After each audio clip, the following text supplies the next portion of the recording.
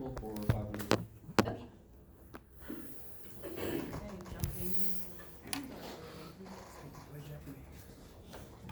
Okay. People for 500. Name a famous African-American Union soldier who fought at Fort Wagner, known for writing letters published by his hometown newspaper.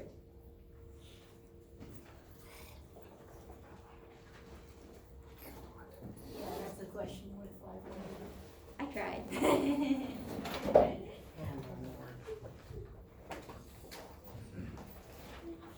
This guy, Oh my gosh, I remember us talking about this. hey, this guy's got it.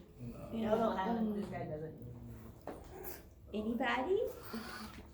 Going once, going twice.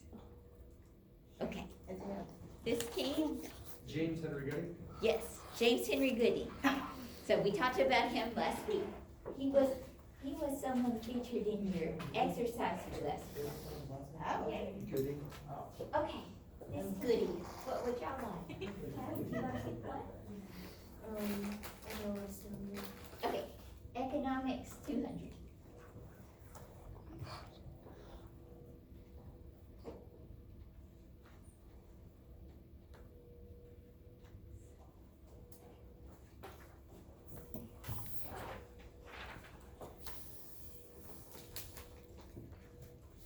Okay. The interstate slave trade forced the migration of enslaved people from states like Virginia to what other areas of the South? So the interstate slave trade is forcing enslaved people to move from places like Virginia to where? Where they go?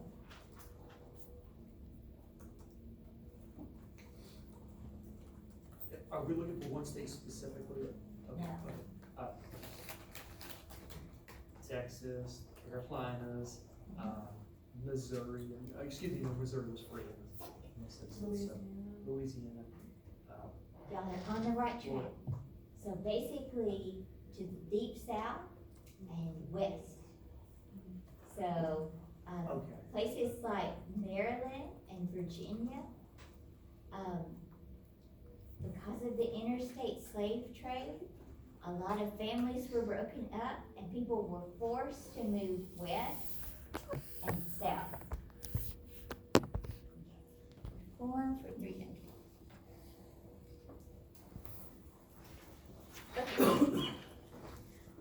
What intellectual movement was Ralph Waldo Emerson associated with? Transcendentalism. Excellent, transcendentalism, good. Okay, this team, what would y'all like? Reform 400. You didn't, go ahead. I think he's looking at Reform 400, what is it? Okay, Yeah, that's why. Transcendentalism. okay. What religious movement inspired many northern reformers? Good, Second Great Awakening, right. So the Second Great Awakening inspired a lot of reformers in the north. Okay, this team, what do y'all want? People 400. Great, people for 400. Okay.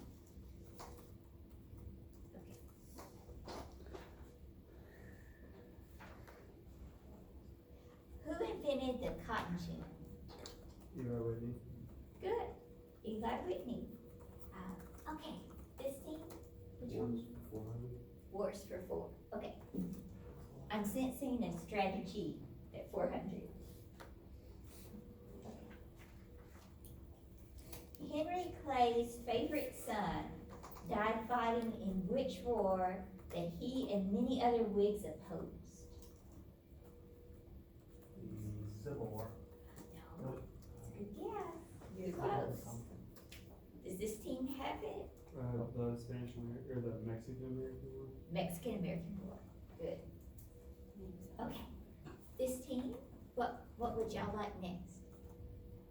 But what was his name? Okay. Which U.S. First Lady from Murfreesboro served as her husband's secretary and greatest political confidant? Yes. Sarah Polk. Uh-huh.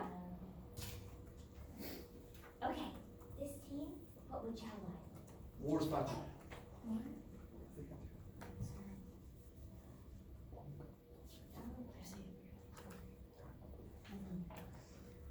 Which U.S. congressman proposed the spot amendments that demanded Polk specify exactly where the Mexican-American War began? Lincoln. Lincoln. I didn't hear that question. You said which US, Which U.S. congressman proposed the spot amendments that demanded Polk specify exactly where the Mexican-American War began? And that was Abraham Lincoln, but remember, it kinda got him into trouble. He didn't get reelected back home in Illinois. He was known as Spotty Lincoln. He acquired that nickname at that point. Sounds as if he had acne or something. Yeah, that was, that concerning Texas and, or New Mexico yes. area? Texas, so, remember Polk had sent the poor army in between the Nueces River and the Rio Grande, because the Nueces had generally been, considered the southern border of Texas, but Polk was trying to provoke the Mexican army to attack them. And so he sent them into this area, and it worked.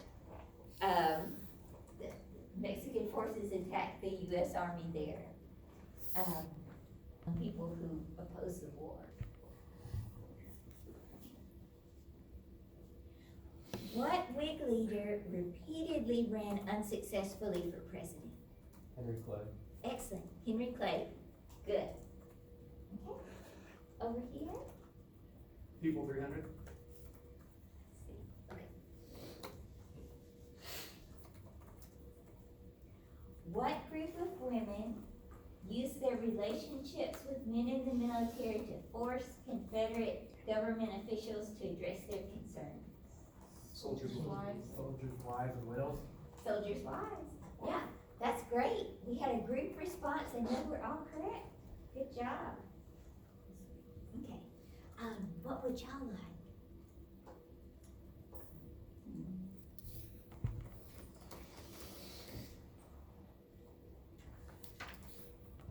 Confederate forces ignited the Civil War when they fired on which federal installation? Fort Sumter. Exactly right, good, Fort Sumter. Presidential policies 300.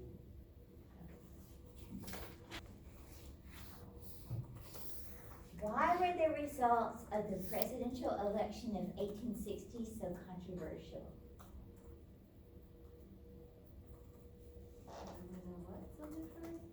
Why were the results of the presidential election of 1860 so controversial? The corrupt party. No, that's a good guess. You're on the right track. Does the other team have a suggestion? Was it, stuff about, Andrew Jackson's wife? No, that's a good guess. 1860, it involved 3 candidates, didn't it? James Polk. Was the first re-election? So we hadn't been. Because, when Lincoln was elected? And when he was elected, the southern states began their secession, and it was basically the start of the Civil War. Yes. He was protesting slavery and promoting emancipation, and that kind of instigated the secession of the South. And definitely, so, to go a little bit further, which states went for Lincoln? Where were they at? Most of them were in the winter. The north, right. So Lincoln carried no southern states and he still won. So he was elected with support from voters in only one part of the country. So there's a lot about that election that was controversial. That turned out to be a good question. Okay. Wait, so it was mainly just because Lincoln, like the North was only people supporting Lincoln and southern states weren't? Yeah. So, and he still won? Yeah, and just to sort of put this in a little bit wider context, So remember during the second party system with the Whigs and the Democrats? So when the Whigs and the Democrats were competing against each other, they had to get the votes of people in both the North and the South to win a presidential election. So that was like a force against sectional politics. But remember in 1860, we talked about how the fire eaters, the immediate secessionists, they split the Democratic Party on purpose. I mean, they plotted to do this. And so there ended up being a Northern Democratic candidate, Stephen Douglas, and a Southern Democratic candidate, John Breckinridge. And then John Bell from Tennessee ran for the Constitutional Union Party, which was a new party. It was basically Southern Unionist. And then Lincoln was the Republican Party nominee. And it's like he only got about 40% of the popular vote, but it was split so much. Lincoln won with only support from the North and places like California, right, the far left.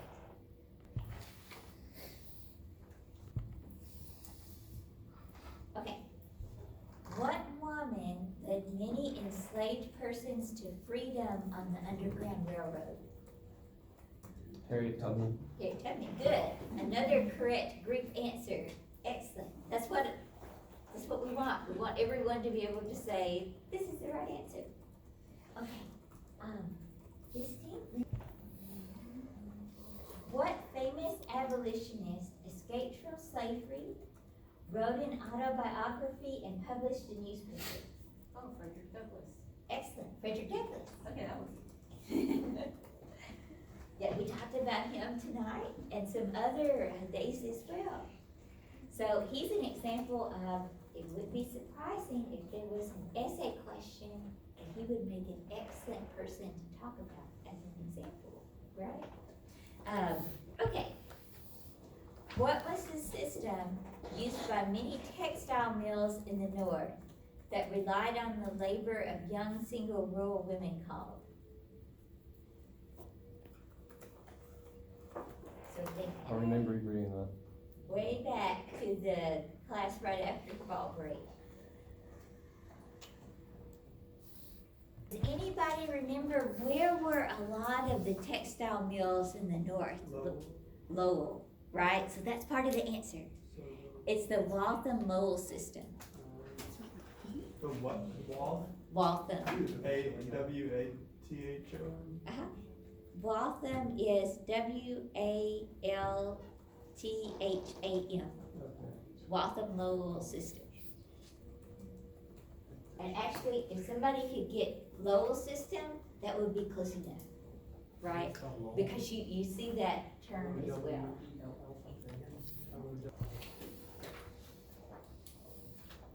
Okay. Name a religious group known for creating their own communities, having an ecstatic worship style, including both women and men in leadership, and raising many orphaned children. Shakerism? Excellent. Shakers. Good.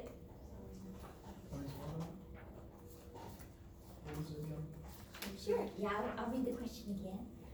Name of the Shakers. Which side in the Civil War began drafting soldiers first? South. Excellent. Good. The Confederacy. So first the Confederacy had a draft, and then the federal government instituted a draft too. Okay, this team, what would y'all like? A group of Southern politicians actively plotted to split the Democratic Party and pushed for Southern states to secede from the Union. Fire eaters. Fire eaters, good. Again, a group answer. That's good. So. What was the question again? Okay. What group of Southern politicians actively plotted to split the Democratic Party and pushed for Southern states to secede from the Union? Fire eaters. Okay. Which region of the U.S. most fully embraced industrialization? Good. Yeah, I've got the North coming from multiple people, that's right. Good. Okay, this team, what would y'all like? Politics, 400. Presidential politics. Okay.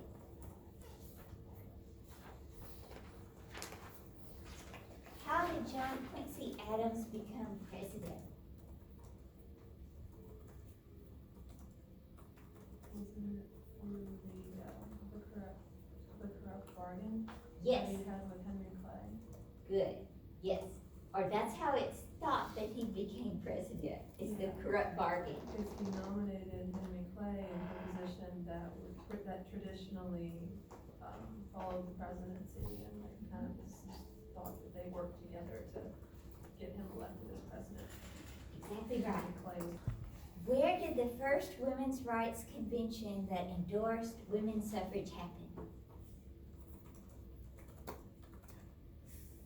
It wasn't Seneca Falls, was it? Oh, it was? Yep, that's right. Seneca Falls, New York. Good. Okay. Christine, what would y'all like? Economics, 400. Okay. What were white southern farmers who owned their own land but had few or no slaves called? yeoman farmers. Good.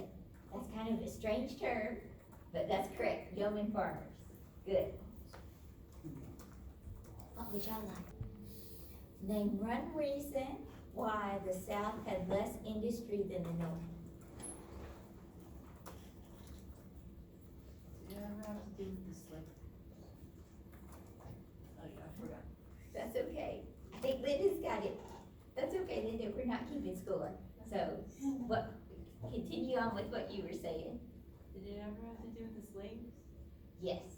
Okay. So, the South's economy was based largely on slave labor, especially on plantations where they produced crops for export, like cotton and rice, things like that. Can anybody think of another reason? The government also was not like pushing for industry. If they would have, they could have had more. But also just a diverse amount of population, like spread out.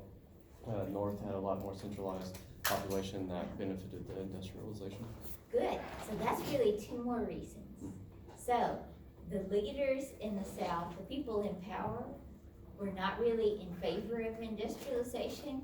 They were making a lot of money from plantation agriculture based on the labor of enslaved people. And also, the South was not urban. The North was becoming more and more urban during this time period. The South had few cities or towns. Good. Okay. Which president dealt with the nullification crisis and destroyed the second bank of the U.S.? Andrew Jackson. Good. Andrew Jackson. Okay, and this team, I can't believe we have a 100 as the last question. That doesn't usually happen. So these were better in difficulty order, weren't they? I They were. tried. Yes, they were. Okay. What issue helped James K. Polk win the presidency?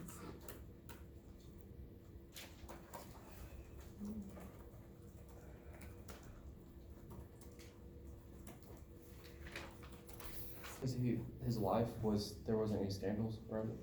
That was part of it. That was part of it. Can anybody think of another issue that helped Polk win? Wasn't he for slavery in the Western expansion? Yes, he was definitely pro-slavery. What else? Provocation of Mexican leaders, is that an option? Well, it's related to that. Was this the election where somebody like had a stroke and died? No, Oh, okay. that's a good guess though. And specifically Texas. So Polk was pro-annexing Texas. Clay was not. Polk was